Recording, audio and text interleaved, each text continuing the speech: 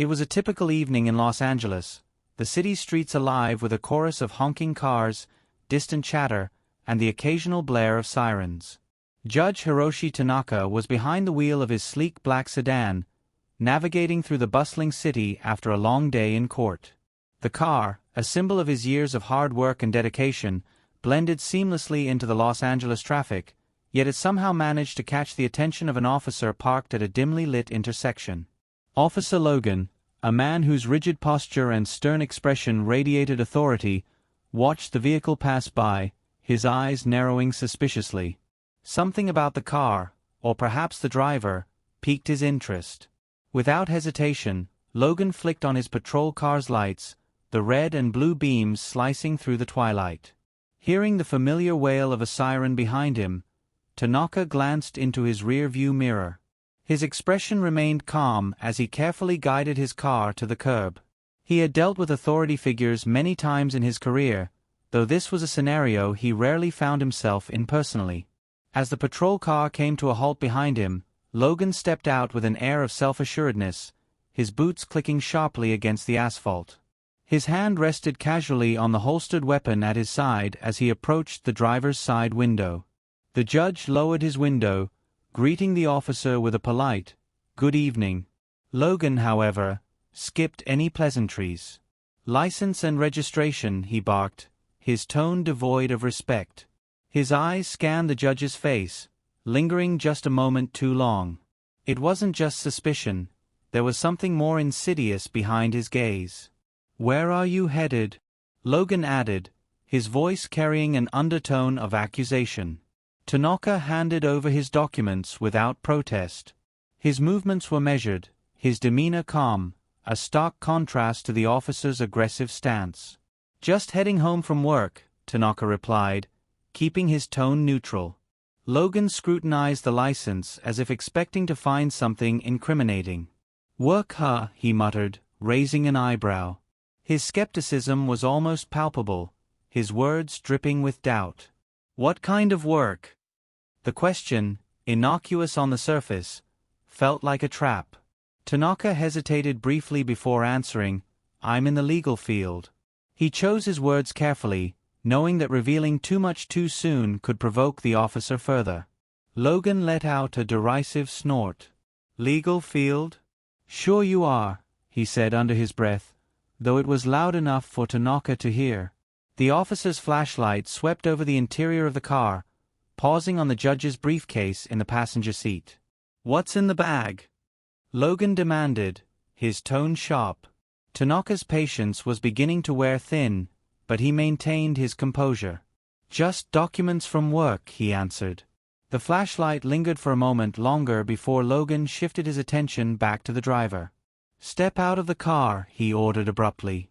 Tanaka complied without argument, opening the door and stepping onto the sidewalk.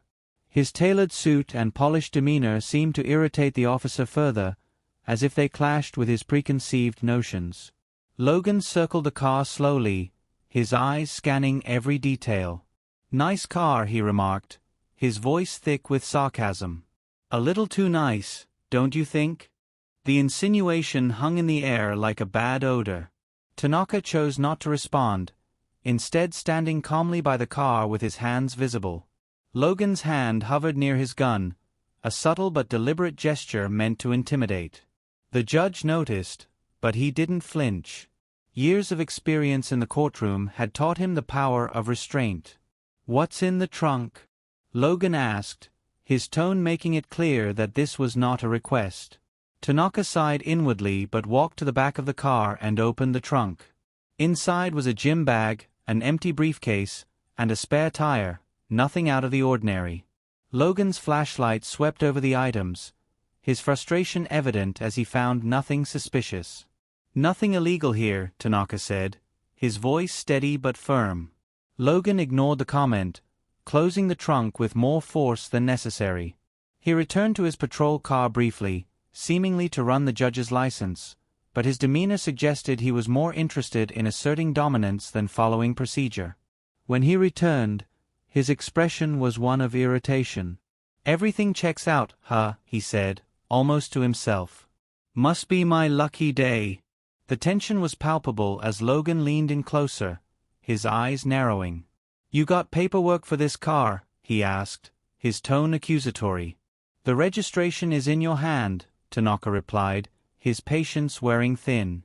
Logan glanced at the papers briefly before shoving them back toward the judge. "You're awfully confident for someone who looks out of place," Logan sneered. The remark, thinly veiled as a comment on the car, was clearly directed at Tanaka's ethnicity.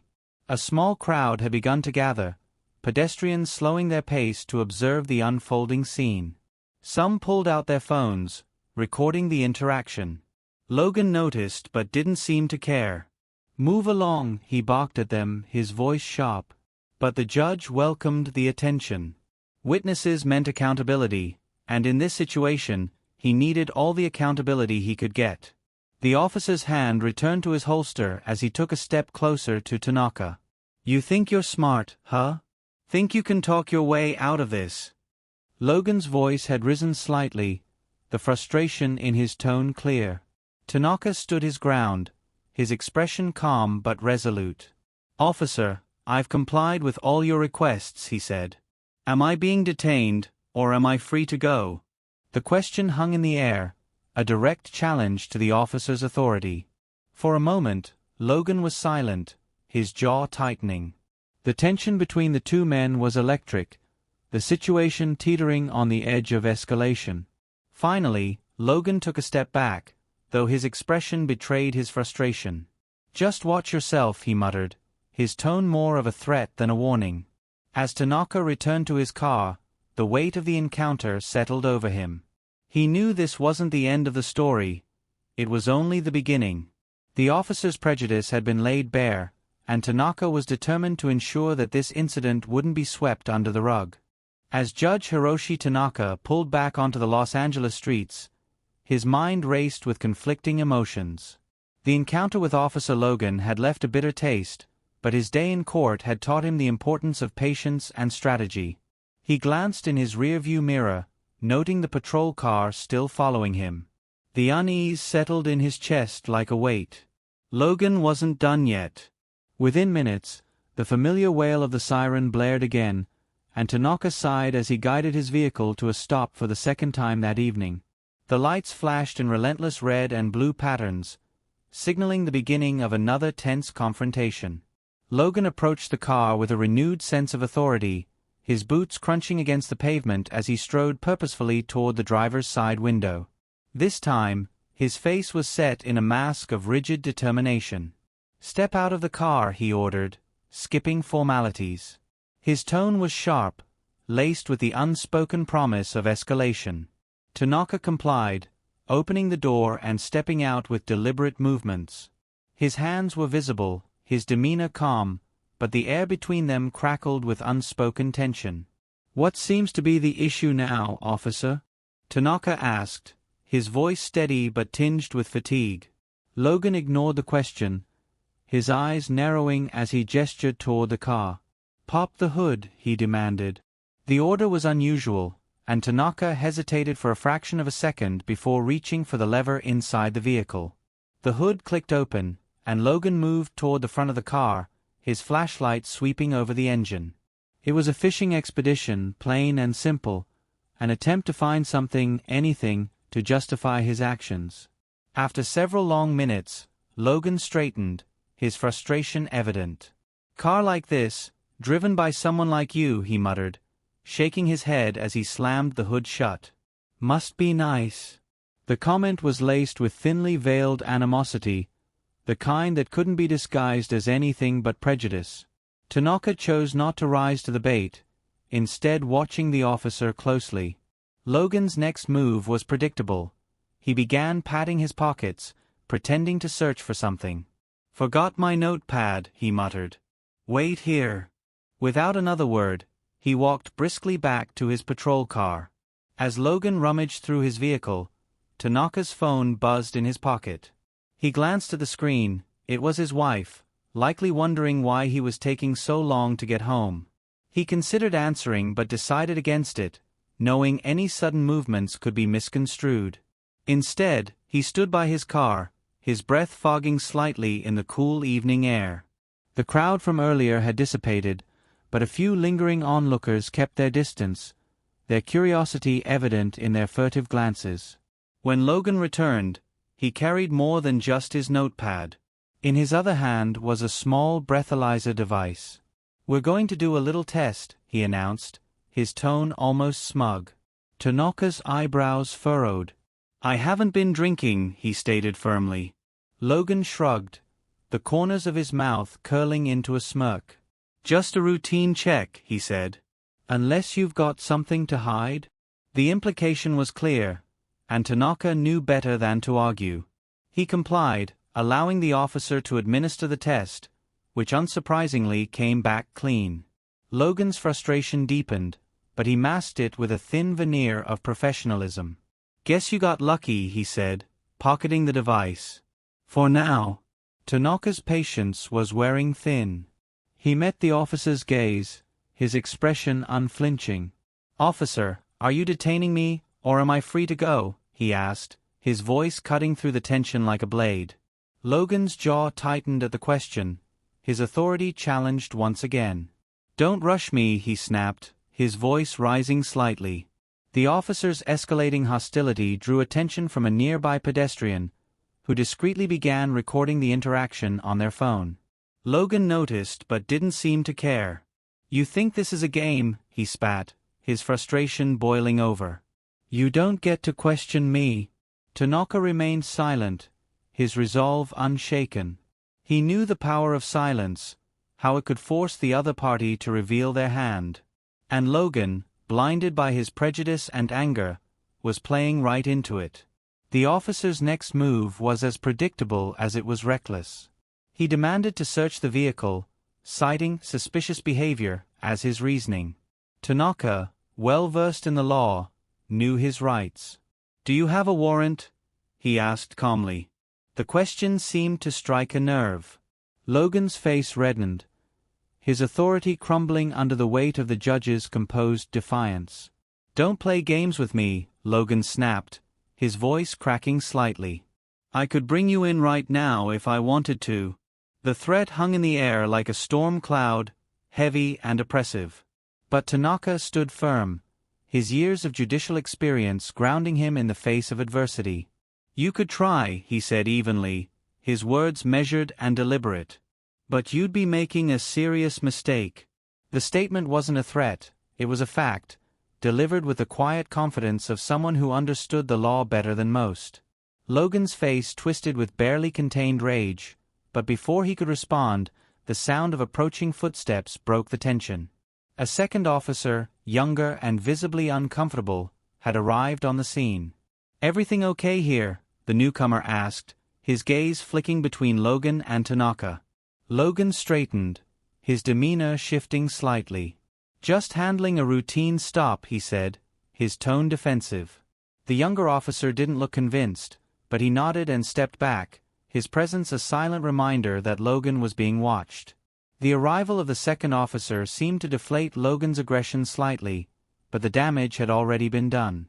Tanaka could see it in the way Logan's hands clenched into fists at his sides, his authority slipping through his fingers. The judge knew this encounter wasn't over, it was merely shifting gears. Logan, blinded by his own prejudice, had already dug himself a hole too deep to climb out of. And Tanaka, armed with the truth and an unwavering sense of justice, was prepared to see this confrontation through to its inevitable conclusion. The arrival of the second officer shifted the energy of the scene, but it didn't diffuse the tension. Judge Tanaka stood by his car, his posture calm yet resolute, while Officer Logan wrestled with the implications of his choices. The younger officer, Officer Daniels, maintained a cautious distance, his discomfort evident in the way his eyes darted between his senior and the man standing before them. Tanaka noticed this hesitation and realized that Daniels could be an ally, albeit an unwilling one. The silent observer in Daniels could hold Logan accountable if this encounter went further south, and Tanaka decided to leverage this subtle advantage. Logan, however, remained oblivious to the younger officer's unease. His focus was entirely on Tanaka, whom he saw as a challenge to his authority. The fact that Tanaka had complied with every request only seemed to infuriate him further. Compliance left no room for the justifications Logan sought, and it was clear he wouldn't let this interaction end without asserting dominance. "You think you're clever," Logan said, his voice dripping with disdain. "But I know your type. You think you're better than the rest of us." Tanaka raised an eyebrow, his calm demeanor unwavering. "Officer, I don't understand what you mean by my type," he said, his voice steady and measured. The deliberate wording of his response forced Logan to confront the implications of his statement. For a brief moment, the officer faltered, realizing he had exposed his bias too blatantly. But instead of backtracking, Logan doubled down. "Don't play dumb," he snapped, his frustration bubbling over. "Driving a car like this, dressed like that, you're either up to something, or you're pretending to be someone you're not." The accusation was as absurd as it was offensive, but Tanaka didn't let it rattle him. He glanced at Daniels, who was now visibly uncomfortable. The younger officer shifted on his feet, his gaze dropping to the ground. Tanaka decided it was time to push back, to take control of the narrative without directly challenging Logan's fragile ego. "Officer Daniels," he said, addressing the younger man directly, "I'd like to clarify something. Have I broken any laws this evening?" Daniels hesitated, his eyes flicking to Logan for guidance. The older officer's jaw tightened, but he didn't speak. Sensing the tension, Daniels finally answered, "Not that I can see, sir." His words hung in the air like a lifeline, and Tanaka seized the moment. "Then I'd like to know why I'm still being detained," he said, turning his attention back to Logan. His tone was firm but respectful, a subtle reminder of the law that Logan was supposed to uphold. Logan's face darkened, his authority slipping further away with each passing second. He opened his mouth to respond, but before he could speak, a new voice cut through the tension. "Is there a problem here?" The question came from a woman who had just stepped onto the sidewalk. Dressed in business attire and holding a briefcase, she exuded confidence and authority. Tanaka recognized her immediately, Assistant District Attorney Rachel Morales, a colleague and a fierce advocate for justice. Logan's reaction was immediate. His posture stiffened, and his expression shifted to one of forced professionalism. "No problem, ma'am," he said quickly, though his tone betrayed his irritation. Morales wasn't convinced. She walked over to Tanaka, her heels clicking against the pavement with each step. "Judge Tanaka," she said warmly, extending her hand. "I didn't expect to see you here. Is everything all right?" The recognition in her voice was deliberate, and Logan's eyes widened in shock. He had assumed Tanaka was an ordinary citizen, someone he could bully without consequence. The realization of his mistake hit him like a freight train. "Judge," he echoed, the word barely audible. Tanaka shook Morales's hand, a small smile playing at the corners of his lips. "Just a misunderstanding, Rachel," he said, his tone light but purposeful. "Officer Logan here was conducting a thorough inspection." The subtle jab didn't go unnoticed, and Morales's expression hardened. She turned to Logan, her eyes narrowing. "A thorough inspection, you say?" she repeated, her voice dripping with skepticism. Logan stammered, struggling to find the right words. "Just doing my job," he muttered, but the confidence that had fueled his earlier aggression was gone. Morales wasn't finished. She turned to Daniels, who looked like he wished he were anywhere else. "And you?" she asked. "What's your take on this situation?" Daniels hesitated, glancing nervously at Logan. "It seemed routine at first," he began, choosing his words carefully, "but I'm not sure why it's escalated." Morales nodded, her expression unreadable. She turned back to Tanaka. "Have you been informed of any violations, Judge?" she asked, her voice taking on a sharper edge. "None that I'm aware of," Tanaka replied. "But I've complied with every request." His words were a direct challenge to Logan's conduct, and the officer knew it. The weight of Morales's presence shifted the balance of power entirely.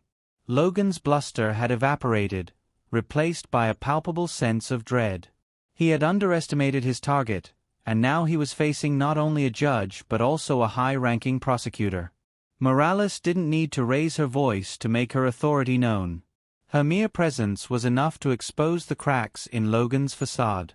"I see," she said finally, her tone cold. "Officer Logan, I'd like to remind you that everyone is entitled to equal treatment under the law. That includes Judge Tanaka." The emphasis on Tanaka's title was deliberate, a subtle reminder of the consequences Logan now faced. "If there's no legal basis for this detention, I suggest you allow the judge to continue on his way." Logan opened his mouth to protest, but the words died in his throat. He nodded stiffly, his face a mask of barely concealed rage. "Yes, ma'am," he said through gritted teeth. Morales didn't wait for a response. She turned to Tanaka, her expression softening. "I'll make sure this doesn't happen again," she said quietly. Tanaka inclined his head in gratitude, knowing the battle was far from over. As he got back into his car, the tension lingered in the air, heavy and unspoken. Logan's prejudice had been exposed, his authority challenged in a way he hadn't anticipated. The critical turning point had come and gone, leaving the officer with the bitter taste of accountability. But for Tanaka, it was only the beginning of a larger fight, one that would take this encounter beyond the streets of Los Angeles and into the courtroom, where the real battle for justice would be waged. The tension from the earlier confrontation lingered in the crisp Los Angeles air as Officer Logan retreated to his patrol car, feigning professionalism while seething internally. He couldn't shake the humiliation of being called out by the assistant district attorney and, worse, the realization that he had misjudged his target entirely. Meanwhile, Judge Tanaka sat quietly in his vehicle, his hands gripping the steering wheel. Despite his composed exterior, his mind churned with the weight of the evening's events. 4 years, he had encountered prejudice in subtler forms, but tonight's blatant display left him grappling with a mix of frustration and determination. Just as Tanaka was about to start his engine, the sound of hurried footsteps broke through the hum of city noise. Officer Logan was back, his face a mask of forced authority. Tanaka let out a measured breath, his courtroom training kicking in as he prepared for what he knew would be another attempt by Logan to reclaim control. "Judge Tanaka," Logan said, the title stumbling out of his mouth as though it pained him to use it. "I need a word with you before you leave." Tanaka turned to face the officer, his expression unreadable. "Is there something else, officer?" he asked, his tone polite but firm. Logan hesitated, his jaw tightening. "I need to confirm your identity," he said, his voice lacking the conviction it held earlier. The irony of the statement wasn't lost on Tanaka, who had already provided all the necessary documentation. "You already have my license and registration," he replied evenly. "What more do you need?" The question hung in the air, its implications clear. Logan faltered, glancing toward his patrol car as if searching for backup. But there was no one to shield him from the consequences of his actions. Not Daniels, who stood awkwardly by the sidewalk, nor Morales, who had since left the scene. It was just Logan, face to face with the reality of his prejudice. "I ran your plates," Logan admitted after a moment, his voice quieter now. "It checks out. The car's registered to you." Tanaka nodded, waiting for the inevitable but that he knew was coming. "And sure enough," Logan continued, "but it doesn't explain why someone like you," he stopped himself, realizing too late the trap he had walked into. "Someone like me?" Tanaka repeated, his voice calm but razor-sharp. The question was pointed, and Logan knew he couldn't afford another misstep. "I mean," Logan stammered, struggling to recover, "someone in your position driving through this area. It's unusual." Tanaka allowed the silence to stretch, watching as Logan squirmed under the weight of his own words. Finally, he spoke, his tone measured and deliberate. "Officer Logan, do you know what I do for a living?" The question was rhetorical, but Logan answered anyway, eager to grasp at some semblance of authority. "You're a judge," he said, the word almost spat out like a challenge. "That's correct," Tanaka replied, his voice steady. "And as a judge, I've presided over countless cases involving individuals who abuse their authority. Do you know what happens to them?"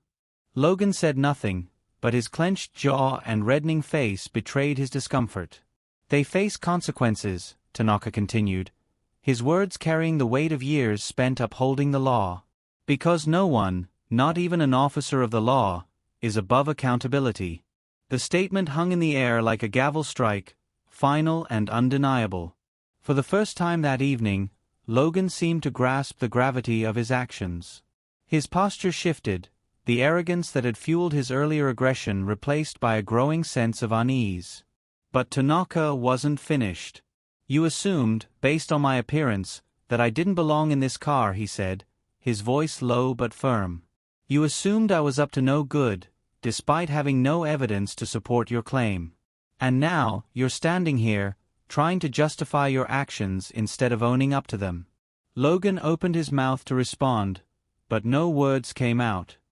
He glanced toward Daniels, as if hoping the younger officer might step in, but Daniels remained silent, his gaze fixed firmly on the ground. Tanaka continued, his voice unwavering.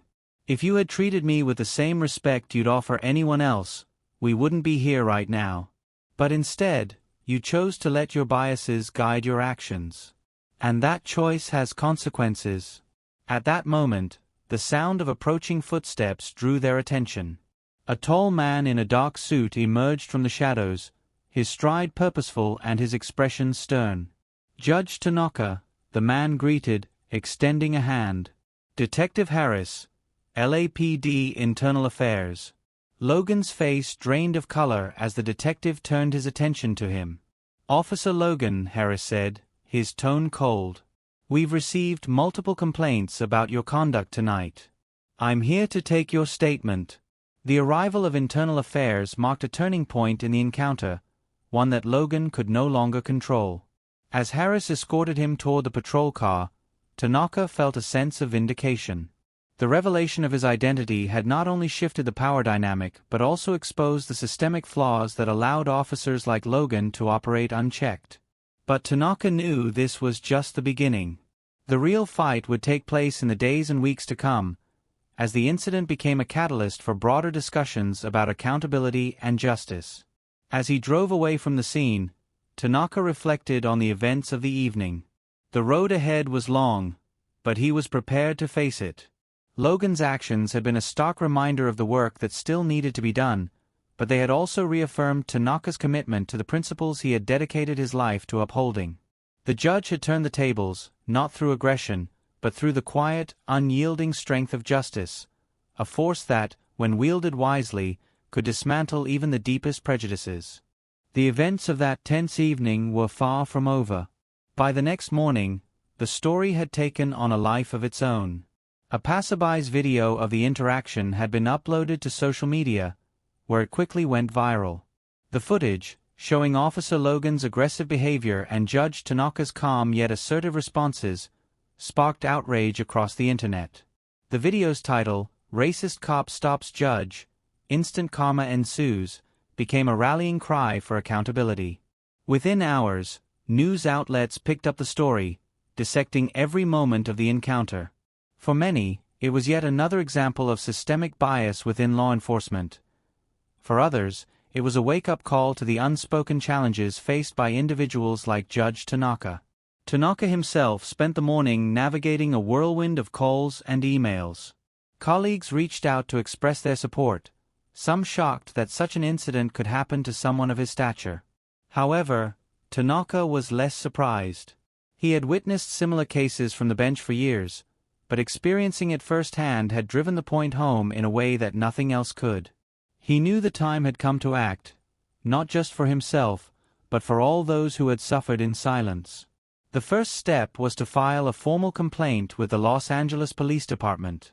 Accompanied by his attorney, Tanaka submitted a detailed account of the evening, attaching the viral video as supporting evidence. The Internal Affairs Division, already aware of the incident due to Detective Harris's intervention, launched an investigation. Logan was placed on administrative leave, a temporary measure that did little to quell the growing public outrage. Tanaka's decision to pursue legal action was not made lightly. He understood the personal and professional risks involved, but he also knew the importance of setting a precedent. "This isn't just about me," he told a reporter during a press conference. "It's about ensuring that no one else has to endure what I did, regardless of their position or background. Justice should be blind, but too often, it is swayed by prejudice." The press conference, held outside the courthouse where Tanaka worked, drew a sizable crowd. Activists, community leaders, and ordinary citizens gathered to show their support, their voices united in a call for change. Tanaka's words resonated deeply, sparking a larger conversation about accountability and the role of bias in policing. The media frenzy brought newfound scrutiny to the LAPD, with journalists uncovering a troubling history of complaints against Logan. The officer's track record painted a picture of unchecked misconduct, further fueling the public's demand for reform. As the days turned into weeks, the legal case against Logan gained momentum. Tanaka's attorney, a seasoned civil rights advocate, built a compelling case that highlighted not only the officer's actions but also the systemic issues that allowed such behavior to persist. Depositions revealed damning evidence, including complaints from other civilians who had experienced similar treatment at Logan's hands. One particularly chilling testimony came from a young college student who recounted being pulled over by Logan for no apparent reason, only to be subjected to a baseless search and verbal harassment. The lawsuit, which sought damages for emotional distress and violation of civil rights, became a focal point for broader discussions about police accountability. Community organizations rallied around Tanaka, organizing town hall meetings and marches to keep the issue in the public eye. The judge, who had always preferred to work behind the scenes, found himself thrust into the role of an activist. While the attention was overwhelming at times, Tanaka embraced the opportunity to effect change. Meanwhile, Logan's career unraveled. The internal investigation uncovered a pattern of behavior that could no longer be ignored. Complaints that had previously been dismissed or buried were now brought to light, revealing a disturbing lack of oversight. The officer's attempts to defend his actions fell flat, his credibility shattered by the viral video and the mounting evidence against him. Facing public backlash and the prospect of criminal charges, Logan resigned from the force, his reputation in tatters. But the story didn't end there. Tanaka's case inspired a wave of similar complaints from individuals who had faced discrimination and abuse at the hands of law enforcement. The courage of one judge to stand up against prejudice emboldened others to share their stories, creating a ripple effect that extended far beyond Los Angeles. The LAPD, under immense pressure, announced a series of reforms aimed at addressing bias and improving accountability. These included mandatory training on racial profiling, the establishment of a civilian oversight committee, and increased transparency in handling misconduct allegations. For Tanaka, the journey was both exhausting and empowering. He had taken on a system much larger than himself, and while the road to justice was far from smooth, the impact of his actions was undeniable. His courtroom, once a place where he presided over the cases of others, became a platform for sharing his own story. Tanaka's experiences informed his rulings, his perspective shaped by the very system he sought to improve. In the end, the case against Logan was settled out of court, with the LAPD agreeing to a substantial payout and a public apology to Tanaka. The officer's resignation, while satisfying, was only part of the victory. For Tanaka, the true triumph lay in the changes his case had sparked, the policies enacted, the conversations ignited, and the lives touched by his courage. As he stood on the steps of the courthouse once more, addressing a crowd of supporters, Tanaka reflected on the journey that had brought him here. "Justice isn't a destination," he said, his voice carrying over the sea of faces. "It's a journey, a constant fight to ensure that everyone, regardless of their race, background, or position, is treated with dignity and respect. Tonight, we've taken a step forward. But the fight continues." The crowd erupted in applause, their cheers a testament to the power of one voice to inspire change. Tanaka knew the fight was far from over, but for the first time in a long while, he felt hopeful. The scales of justice, though often unbalanced, had tilted ever so slightly toward fairness. And for that he was grateful. Months had passed since the confrontation that had catalyzed a whirlwind of legal action, public discourse, and systemic reform. For Judge Hiroshi Tanaka, life had resumed a semblance of normalcy, though the experience had left an indelible mark on him. The case against Officer Logan had been settled, and the officer himself had resigned in disgrace, but the ripple effects of that night continued to unfold in unexpected ways. The legal victory was only the beginning. The true resolution lay in the broader changes that had emerged as a result of Tanaka's courage to stand firm against injustice. One of the most significant outcomes was the establishment of a new oversight board for the Los Angeles Police Department, composed of community leaders, legal experts, and civilian representatives. Tanaka was invited to serve as an advisor to the board, his perspective as both a judge and a victim of profiling invaluable to its mission. Though hesitant at first, he ultimately agreed, recognizing the opportunity to enact meaningful change from within the system. The board's first major initiative was a comprehensive review of LAPD's training protocols, with a focus on de-escalation techniques and implicit bias awareness. Public interest in the case also spurred a wave of storytelling and advocacy. Tanaka's story was featured in numerous documentaries and news specials, each shedding light on the challenges of confronting systemic bias.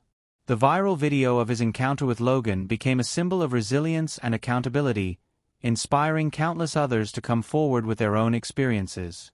In one particularly moving instance, a young man from South Los Angeles reached out to Tanaka, sharing how the judge's actions had given him the courage to file a complaint against an officer who had harassed him. "You made me believe that justice is possible," the man wrote in an email. For Tanaka, this was the ultimate validation of his efforts. But the journey wasn't without its challenges. Tanaka faced criticism from certain quarters, including those who accused him of using his position to escalate the situation or of seeking personal attention. These detractors, though few, were vocal, their comments amplified by social media's echo chamber. Tanaka chose not to engage, instead letting his actions and the tangible outcomes of his efforts speak for themselves. He understood that progress often came with resistance and that the path to justice was rarely smooth. In his personal life, the incident had brought about subtle but profound changes. Tanaka's wife, who had been a steadfast source of support throughout the ordeal, noted that her husband seemed more introspective than usual. "You've always fought for others," she said one evening as they sat together on their porch, watching the sun dip below the Los Angeles skyline. "But this time, you fought for yourself. And I'm so proud of you." Her words, simple yet heartfelt, resonated deeply with Tanaka, reminding him of the importance of self-advocacy in the broader fight for justice. One of the most poignant moments came during a town hall meeting organized by a local community group. Tanaka had been invited to speak about his experiences and the lessons he had learned. The room was packed, the air buzzing with anticipation as he took the stage. He began by recounting the events of that fateful evening, his voice steady but filled with emotion.